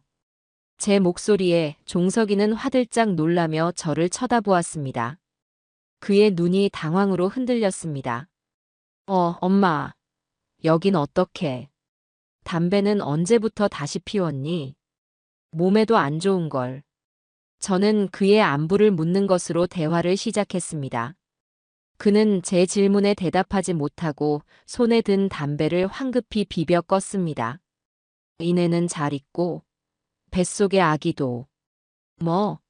아기는 어떻게? 너희 엄마가 그것도 모를까 봐.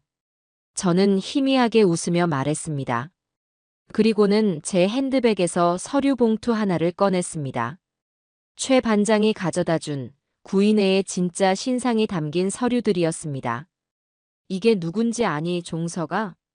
저는 구미자라는 이름이 적힌 주민등록 등본을 그의 눈앞에 내밀었습니다. 종석이는 어리둥절한 표정으로 서류를 받아들었습니다. 구미자? 누구야? 네 아내다. 너가 구인혜라고 알고 있는 네 아이를 가졌다는 그 여자의 진짜 이름이야. 나이도 2살이나 속였더구나. 부잣집 외동딸도 아니고 유학도 전부 거짓말이었어. 종석이의 얼굴이 하얗게 굳어갔습니다. 그는 믿을 수 없다는 듯 저와 서류를 번갈아 쳐다보았습니다. 거짓말. 엄마가 뭘 잘못 안 거겠지. 그럼 이건 어떠니? 저는 다음 서류를 꺼냈습니다. 박정훈이라는 남자의 사진과 그가 구인혜에게 사기당한 내역이 정리된 보고서였습니다. 이 남자는 박정훈이라는 사람이란다. 내 아내가 너를 만나기 전에 살림을 차렸던 남자지.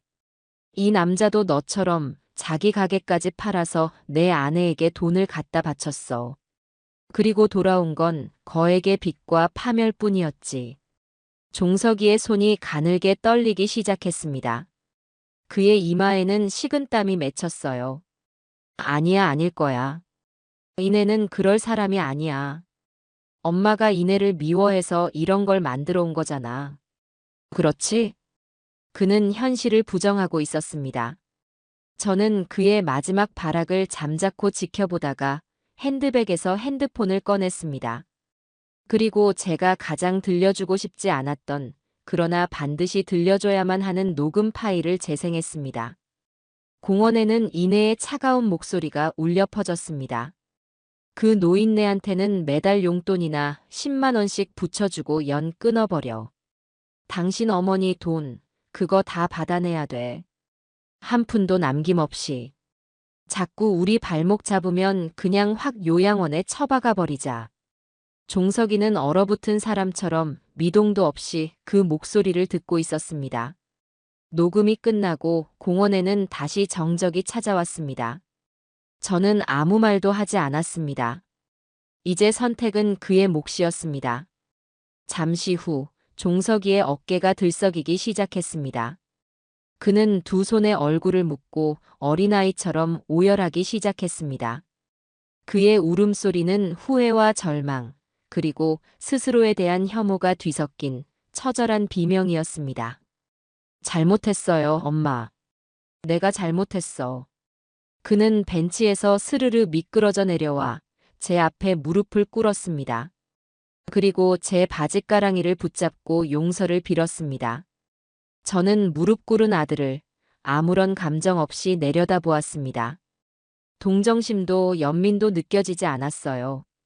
그저 내 아들이 드디어 괴물의 소나기에서 벗어날 준비가 되었다는 안도감만이 희미하게 느껴질 뿐이었습니다. 해질녘 공원의 싸늘한 바람이 우리 모자의 망가진 시간 위로 무심하게 불어오고 있었습니다. 그날 밤 종석이는 영숙이의 집으로 왔습니다. 며칠 사이에 10년은 늙어버린 듯한 얼굴이었습니다. 그는 거실 바닥에 고개를 숙인 채 모든 것을 털어놓기 시작했습니다. 그것은 한 남자가 어떻게 한 여자에게 완벽하게 지배당하고 영혼까지 잠식당했는지에 대한 처절한 고백이었습니다. 이내는 결혼 초부터 종석이를 교묘하게 길들여왔습니다. 처음에는 칭찬과 격려로 그의 자존감을 한껏 높여주었습니다. 당신은 특별한 사람이야. 이런 작은 회사에 있을 사람이 아니야.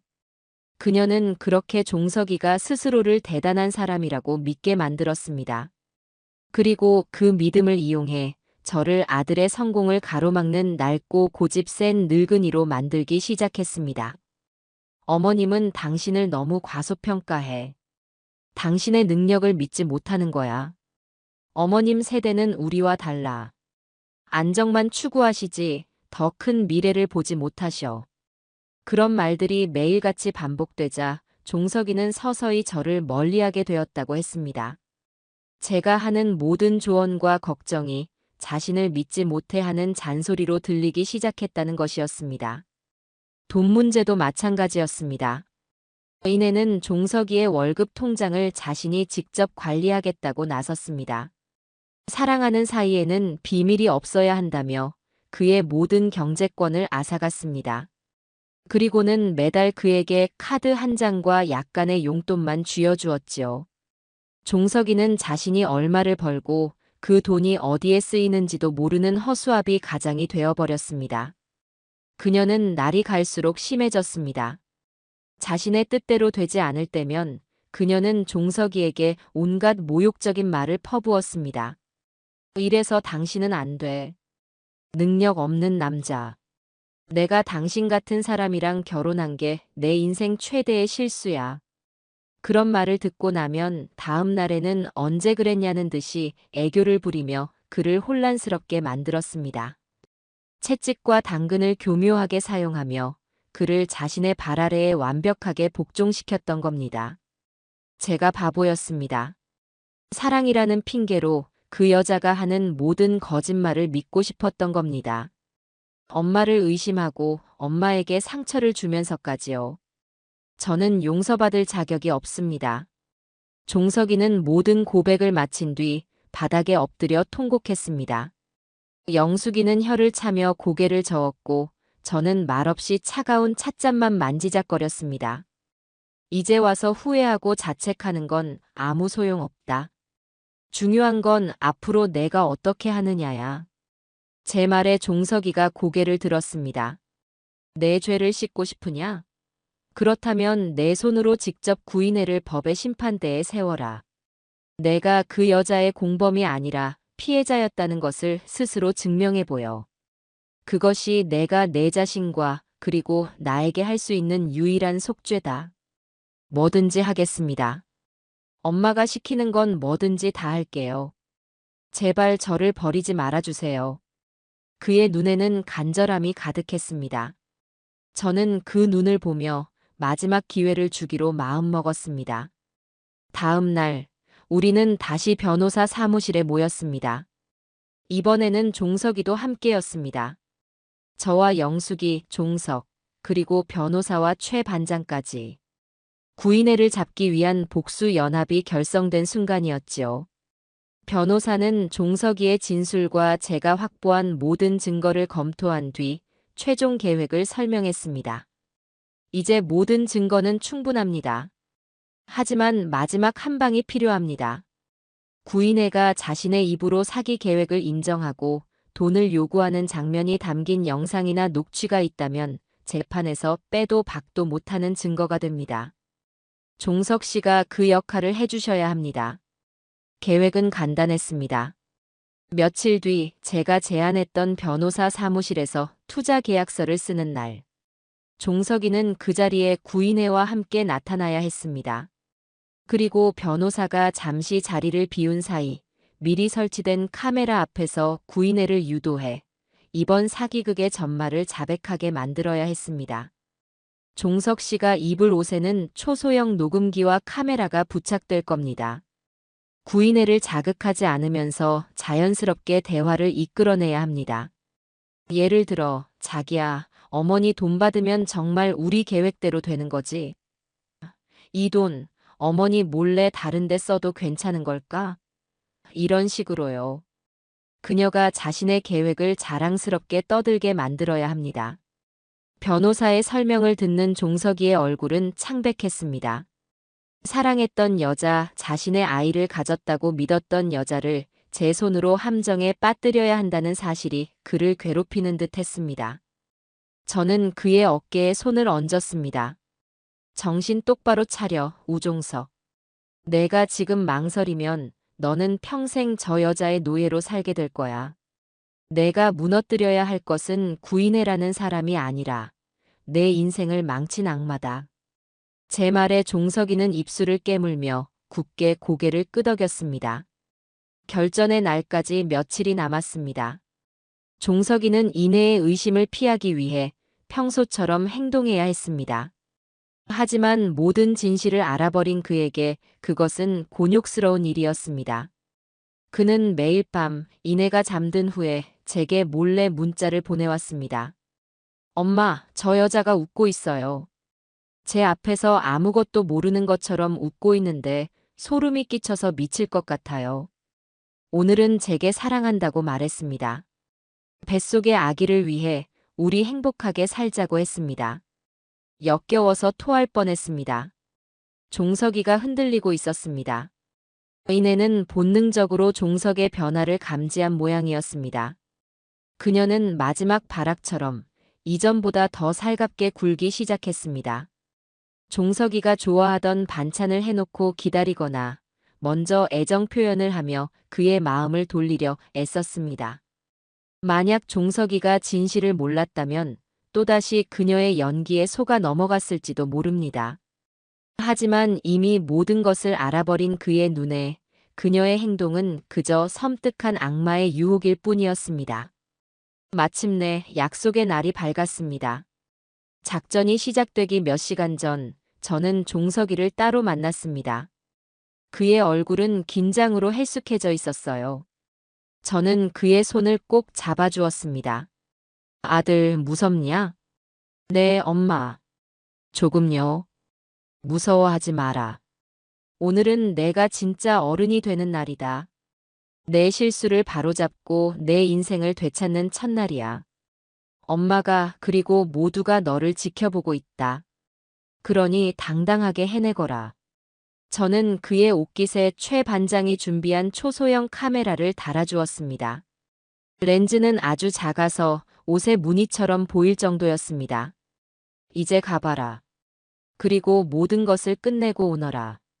종석이는 결심이 선 얼굴로 약속 장소로 향했습니다. 저는 그가 사라진 뒤에도 한참 동안 그 자리에 서 있었습니다. 제발 제 아들이 이 마지막 시험을 무사히 통과하기를.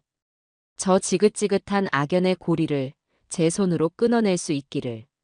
저는 간절히 아주 간절히 기도했습니다.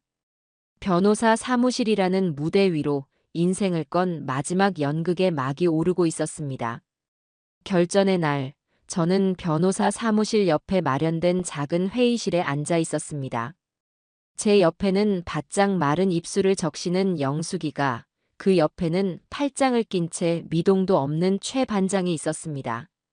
우리 앞에는 여러 대로 나뉜 모니터 화면이 번쩍이고 있었지요. 바로 옆방, 이 연극의 무대가 될 변호사 사무실의 풍경이었습니다. 음향 장비 테스트를 위해 최 반장이 옆방의 부하 직원과 나누는 대화가 스피커를 통해 선명하게 들려왔습니다. 모든 준비는 끝났습니다. 이제 배우들이 등장할 차례였습니다. 얼마 지나지 않아 모니터 속 사무실 문이 열리고 종석이가 들어섰습니다. 그 뒤를 따라 들어오는 구인회의 모습에 저도 모르게 주먹에 힘이 들어갔습니다. 그녀는 오늘을 위해 온갖 치장을 다한 모습이었습니다. 머리부터 발끝까지 제가 사준 것이라고는 하나도 없는 처음 보는 값비싼 옷과 가방으로 무장하고 있었지요. 마치 개선장군처럼 혹은 이 성의 새로운 여왕이라도 되는 것처럼 거만하고 당당한 태도였습니다.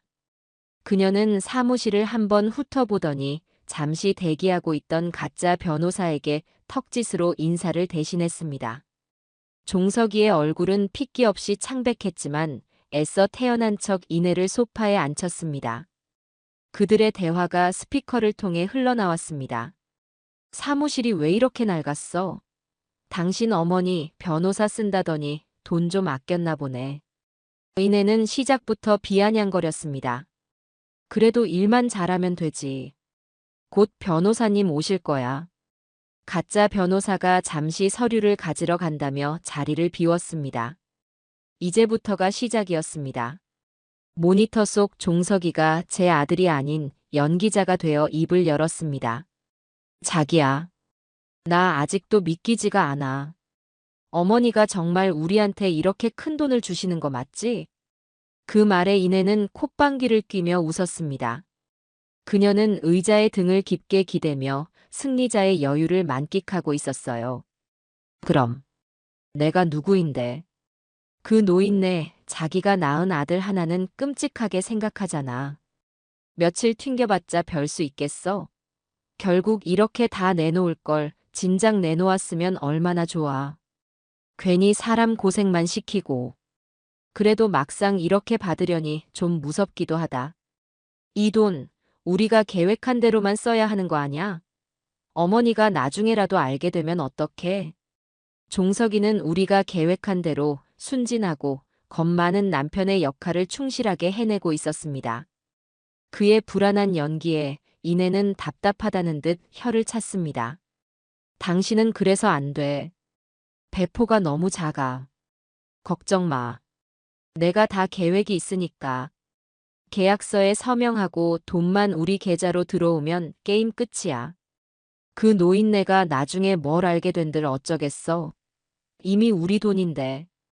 법적으로도 아무 문제 없게 서류 다 꾸며놓을 건데 누가 뭘 어쩔 건데.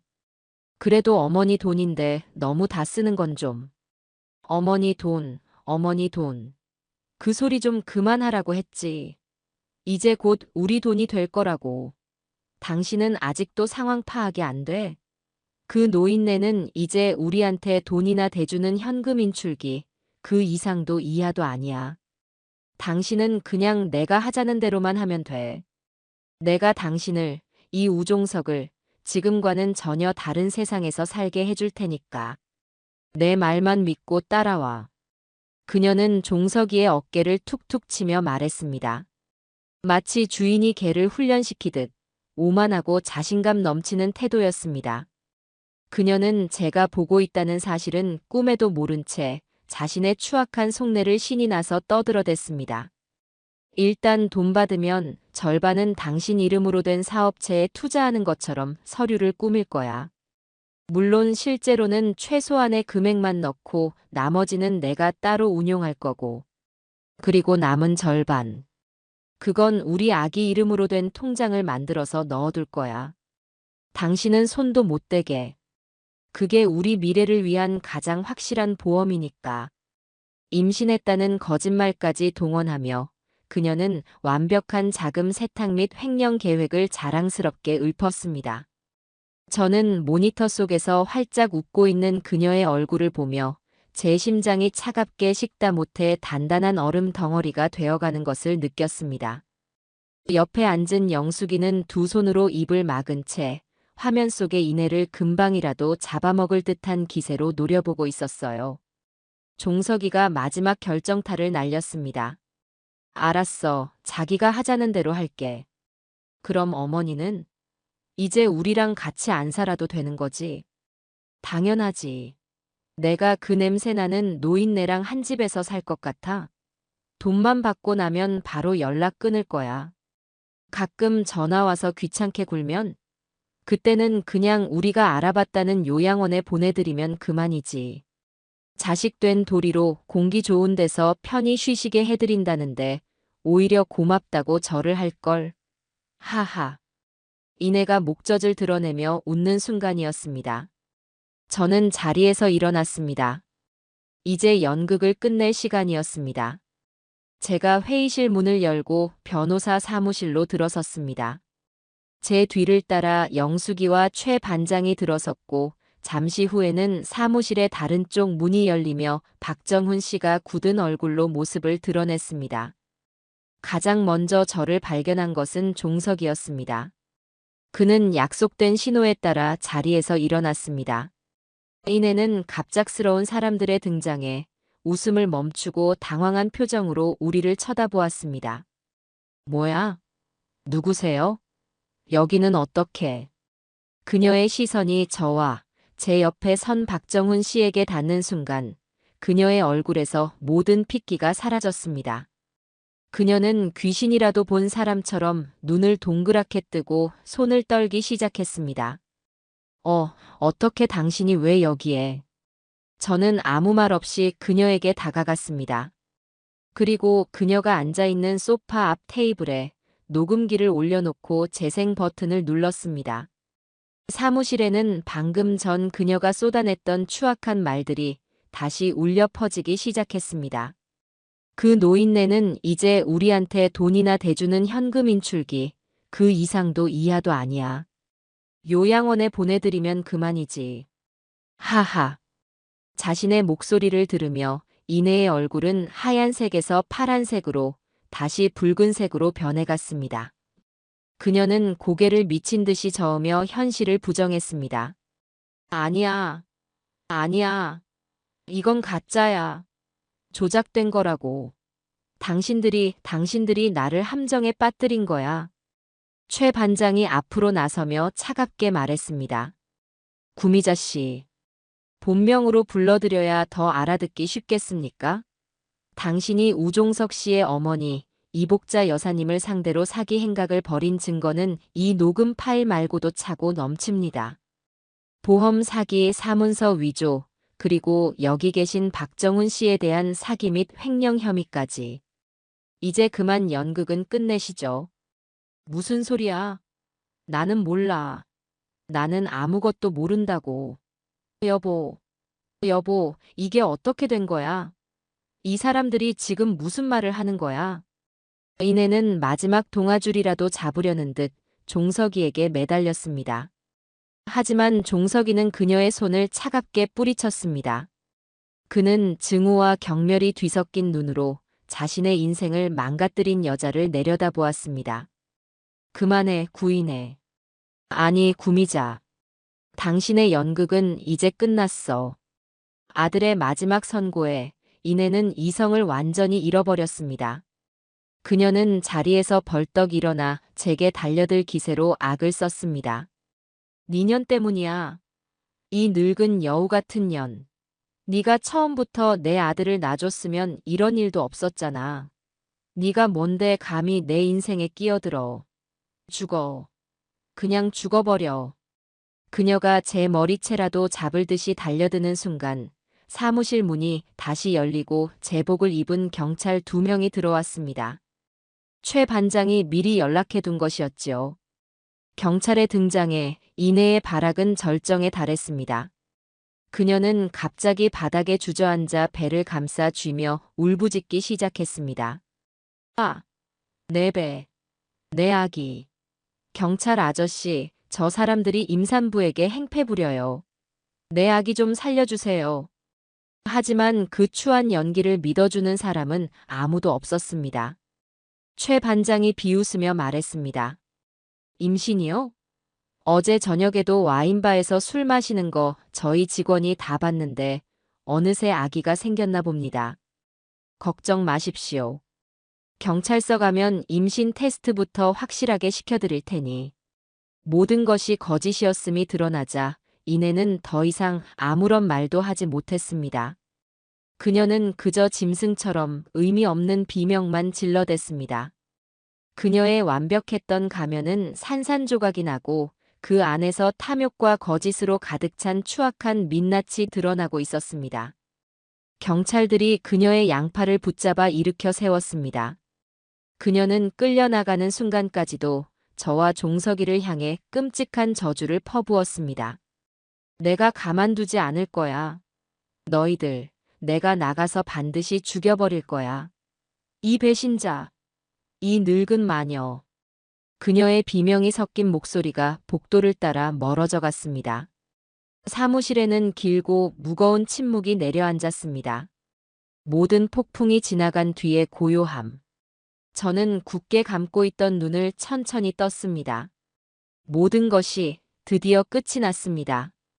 구인회가 경찰에 연행되고 난 후 저의 시간은 이전과는 전혀 다른 속도로 흐르기 시작했습니다. 그동안은 하루하루가 전쟁이었고 매 순간이 살얼음판을 걷는 듯한 긴장의 연속이었습니다. 하지만 이제 그 지독했던 전쟁이 끝나고 폐허가 된 도시를 재건해야 하는 시간이 찾아온 것이지요. 며칠 후 저는 변호사 사무실에 다시 모였습니다. 그 자리에는 저와 영숙이, 종석이, 그리고 최 반장과 변호사가 함께했습니다. 변호사는 그간의 진행 상황을 정리해서 알려주었습니다. 구인혜, 아니 구미자 씨는 현재 사기 및 사기 미수, 사문서 위조 등의 혐의로 구속 수사 중입니다. 증거가 워낙 명백하고 저희가 제출한 녹취 파일이 결정적이었습니다. 본인은 계속해서 함정 수사라고 주장하고 있지만 법적으로 아무 문제 없습니다. 아마 중형을 피하기는 어려울 겁니다. 최 반장이 말을 이었습니다. 박정훈 씨의 사건도 재수사가 시작되었습니다. 구미자의 추가 범행이 드러나면서 아마 가중 처벌을 받게 될 겁니다. 그리고 재미있는 사실이 하나 더 있습니다. 구미자가 추진하려던 사업에 투자금을 받기로 했던 동업자가 있었는데 경찰 조사가 시작되자마자 자기가 아는 걸 전부 다 불어버렸습니다. 구미자가 어떻게 투자금을 빼돌릴 계획이었는지까지 상세하게 진술해서 혐의가 추가되었더군요. 그녀가 쌓아올린 거짓의 성은 기초가 부실했기에 너무나도 쉽게 무너져 내리고 있었습니다. 그녀의 곁에는 이제 아무도 남아있지 않았습니다. 그녀의 어머니라는 분이 경찰서에 한번 다녀갔지만 합의를 시도하거나 사과를 하기는커녕 원래 저런 애가 아니었는데 친구를 잘못 사귀어서 그렇다는 말만 남기고 돌아갔다고 했습니다. 그 어머니의 그 딸이었지요. 법적인 절차는 변호사와 최 반장에게 일임하기로 하고 저는 이제 가장 중요하고도 어려운 문제를 마주해야 했습니다. 바로 제 아들 우종석의 문제였습니다. 그날 이후 종석이는 영숙이의 집 작은 방에서 지내고 있었습니다. 그는 방 밖으로 거의 나오지 않았고 제가 주는 밥도 거의 먹지 못했습니다. 깊은 죄책감과 자기 혐오가 그를 갉아먹고 있는 것이 눈에 보였습니다. 이대로 두어서는 안 되었습니다. 저는 그날 저녁 종석이를 제 앞에 앉혔습니다. 종석아, 이제 우리 이야기를 좀 하자. 종석이는 고개를 들지 못했습니다. 저는 그의 앞에 차가운 물 한 잔을 놓아주었습니다. 너 앞으로 어떻게 살 생각이니? 모르겠습니다. 저는 이제 어떻게 살아야 할지 모르겠습니다, 어머니. 내가 저지른 잘못이 얼마나 큰지 이제는 알겠느냐? 네, 압니다. 저는 어머니와 돌아가신 아버지께 씻을 수 없는 죄를 지었습니다. 저는 사람도 아닙니다. 그의 목소리는 물기에 젖어 있었습니다. 저는 그를 다그치거나 비난하고 싶지 않았습니다. 이미 그는 스스로를 충분히 벌하고 있었으니까요. 대신 저는 현실을 직시하게 해줘야 했습니다. 그래, 너는 큰 잘못을 저질렀다. 어미의 눈을 가리고 낯선 여자의 말에 놀아나 이 모든 사태를 만든 것은 변명의 여지가 없는 너의 잘못이야. 하지만 마지막 순간에 내가 용기를 내지 않았다면 우리는 모든 것을 잃었을지도 모른다. 내가 괴물의 목에 칼을 꽂는 마지막 역할을 해냈다는 것 또한 사실이다. 저는 잠시 말을 멈추고 그의 눈을 똑바로 쳐다보았습니다. 나는 너를 용서하지 않았다. 어미에게 비수를 꽂은 자식을 그렇게 쉽게 용서할 수 있는 부모는 세상에 없어. 용서는 내가 너에게 주는 선물이 아니다. 내가 앞으로의 인생을 살아가면서 내 스스로에게 받아내야 하는 숙제 같은 거야. 네. 그러니 이제부터라도 제대로 살아라. 내 발로 일어서서 내 땀으로 돈을 벌고 내 힘으로 내 인생을 책임져. 그것이 내가 내 자신을 용서하는 유일한 길이고 어미에 대한 단 하나의 속죄다. 알겠느냐? 종석이는 아무 말 없이 눈물만 뚝뚝 흘리며 고개를 끄덕였습니다. 너도 이번 보험 사기 사건에 대해서는 조사를 받아야 할 게다. 물론 내가 모든 것을 자백하고 수사에 협조했으니 법이 정상 참작을 해주겠지. 하지만 벌을 받아야 한다면 피하지 말고 받아라. 그것 또한 내가 짊어져야 할 몫이다. 그날 우리는 아주 오랫동안 이야기를 나누었습니다. 그것은 일방적인 꾸짖음이나 용서가 아니었습니다. 한 어리석었던 아들과 그 아들 때문에 너무나도 아팠던 어머니가 서로의 상처를 확인하고 새로운 관계를 정립해 나가는 고통스러운 과정이었습니다. 며칠 후 종석이는 영숙이의 집을 나섰습니다. 그는 가진 돈을 전부 털어 작은 고시원 방을 하나 구했다고 했습니다. 그리고 건설 현장에서 막노동을 시작했다고 제게 문자를 보내왔습니다. 땀에 젖은 작업복을 입고 찍은 그의 사진은 이전에 말끔한 셔츠를 입던 모습보다 훨씬 더 남자다워 보였습니다. 저는 그 문자에 답장하지 않았습니다. 그저 그가 자신의 길을 묵묵히 걸어가기를 바랄 뿐이었습니다. 아들의 문제가 어느 정도 정리되자 저는 제 자신을 돌아보게 되었습니다. 저는 제가 살던 집을 처분하기로 최종적으로 마음먹었습니다. 그 집은 남편과의 행복한 추억이 가득한 곳이었지만 동시에 구인회의 탐욕과 거짓이 묻어있는 곳이기도 했습니다. 그곳에 계속 사는 한 저는 과거의 악몽에서 완전히 벗어날 수 없을 것 같았어요. 저는 영숙이와 함께 집으로 갔습니다. 마지막으로 제 손으로 집을 정리하고 싶었습니다. 집안은 엉망이었습니다. 종석과 이내가 통장과 도장을 찾기 위해 헤집어 놓은 흔적들이 고스란히 남아 있었지요. 저는 영숙이와 함께 며칠에 걸쳐 집안의 모든 물건을 정리했습니다.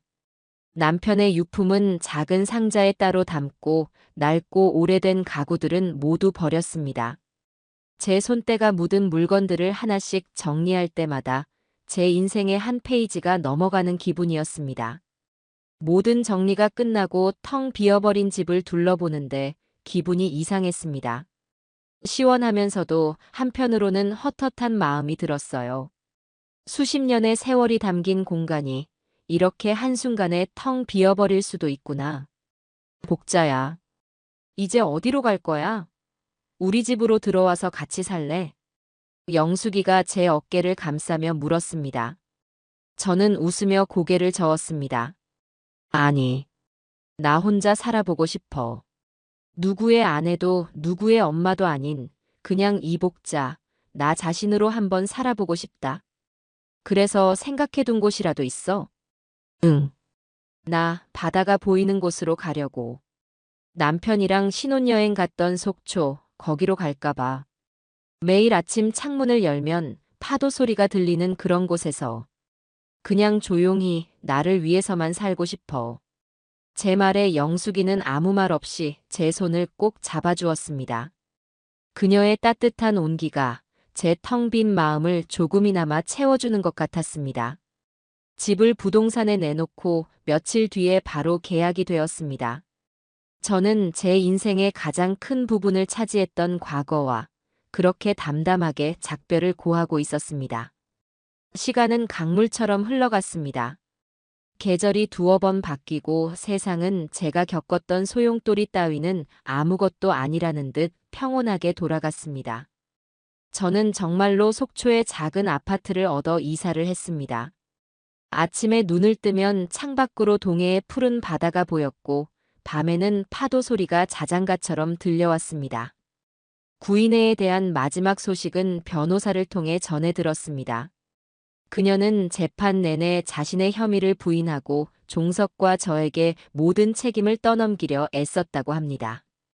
심지어 법정에서 실신하는 연기까지 펼쳤지만 판사는 그녀의 악랄함을 꿰뚫어 보았지요.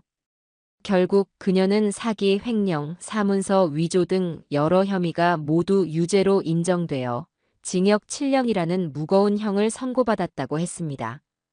그녀의 거짓 임신 주장은 물론 모든 것이 거짓이었음이 만천하에 드러났습니다.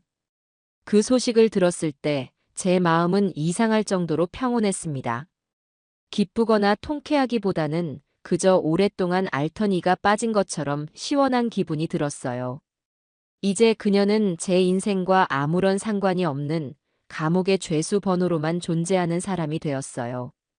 종석이에게는 가끔 연락이 왔습니다. 그는 건설 현장 일을 그만두고 작은 인쇄소에 취직했다고 했습니다. 공교롭게도 박정훈 씨가 운영하는 곳이었습니다. 종석이가 먼저 찾아가 무릎을 꿇고 사죄했고 박정훈 씨는 고민 끝에 그를 받아주었다고 했습니다. 종석이는 자신의 월급 대부분을 박정훈 씨에게 갚아나가며 자신의 잘못을 행동으로 책임지고 있었습니다. 우리의 통화는 여전히 조금 서먹하고 어색했습니다. 어머니, 식사는 하셨어요? 응, 먹었다. 너는? 저도요. 오늘은 일이 좀 고돼서 그래도 재미있어요. 그래, 몸 상하지 않게 조심하고. 끊는다. 그런 짧은 대화가 전부였지만 저는 그 속에 담긴 아들의 노력을 느낄 수 있었습니다. 그 아이는 아주 느리지만 분명히 자신의 힘으로 다시 일어서고 있었어요. 언젠가 아주 오랜 시간이 흐른 뒤에 우리는 예전처럼 웃으며 마주 앉아 밥을 먹을 수 있는 날이 올지도 모릅니다. 저는 서두르지 않고 그날을 묵묵히 기다려보기로 했습니다. 저의 일상은 아주 단순하고 평화로웠습니다. 아침에는 해안가를 따라 산책을 하고 낮에는 동네 문화센터에서 도예를 배웠습니다. 흙을 만지고 있으면 복잡했던 마음이 차분하게 가라앉는 기분이 좋았어요. 처음에는 서툴렀지만 이제는 제법 그럴듯한 찻잔이나 화병을 만들어내기도 했습니다. 그곳에서 저와 비슷한 나이의 친구들도 몇 명 사귀게 되었지요. 남편 이야기, 자식 이야기를 하다가도 우리는 이내 시시콜콜한 드라마 이야기나 새로 생긴 맛집 이야기를 하며 소녀처럼 웃었습니다. 영숙이는 한 달에 한 번씩 버스를 타고 저를 보러 속초까지 내려왔습니다. 우리는 함께 중앙시장에 가서 맛있는 것도 사 먹고 바닷가 카페에 앉아 몇 시간이고 수다를 떨었습니다. 너 얼굴이 정말 좋아졌다. 서울에 있을 때랑은 완전 다른 사람 같아. 그런가? 여기 공기가 좋아서 그런가 봐.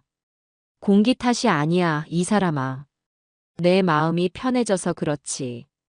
이제야말로 진짜 내 인생을 사는 것 같아서 내가 다 기분이 좋다. 영숙이의 말처럼 저는 제 인생에서 가장 평온한 시간을 보내고 있었습니다. 누구의 아내도 누구의 엄마도 아닌 이복자라는 이름 석자로 살아가는 살. 그것은 제가 생각했던 것보다 훨씬 더 자유롭고 충만한 것이었습니다. 어느 날 저녁이었습니다.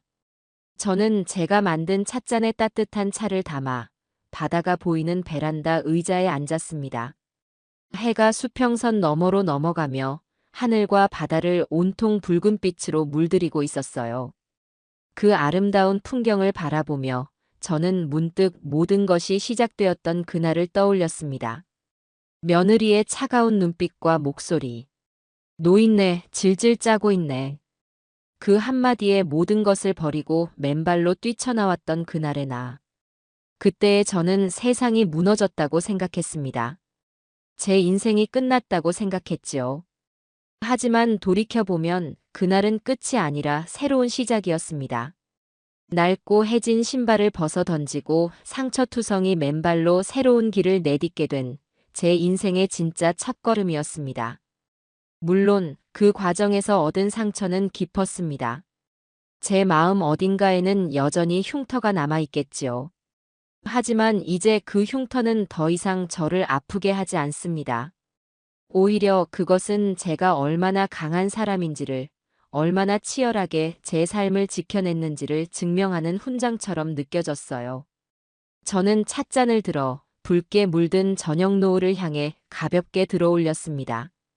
제 자신을 위한 조용한 축배였습니다. 수고했다, 복자야. 정말로 수고 많았다. 파도 소리가 제 독백에 대답하듯 부드럽게 밀려왔다 부서졌습니다.